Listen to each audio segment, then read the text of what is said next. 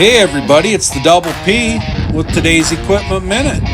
And up today is a fresh trade that just hit our lot, a used John Deere 460M round baler.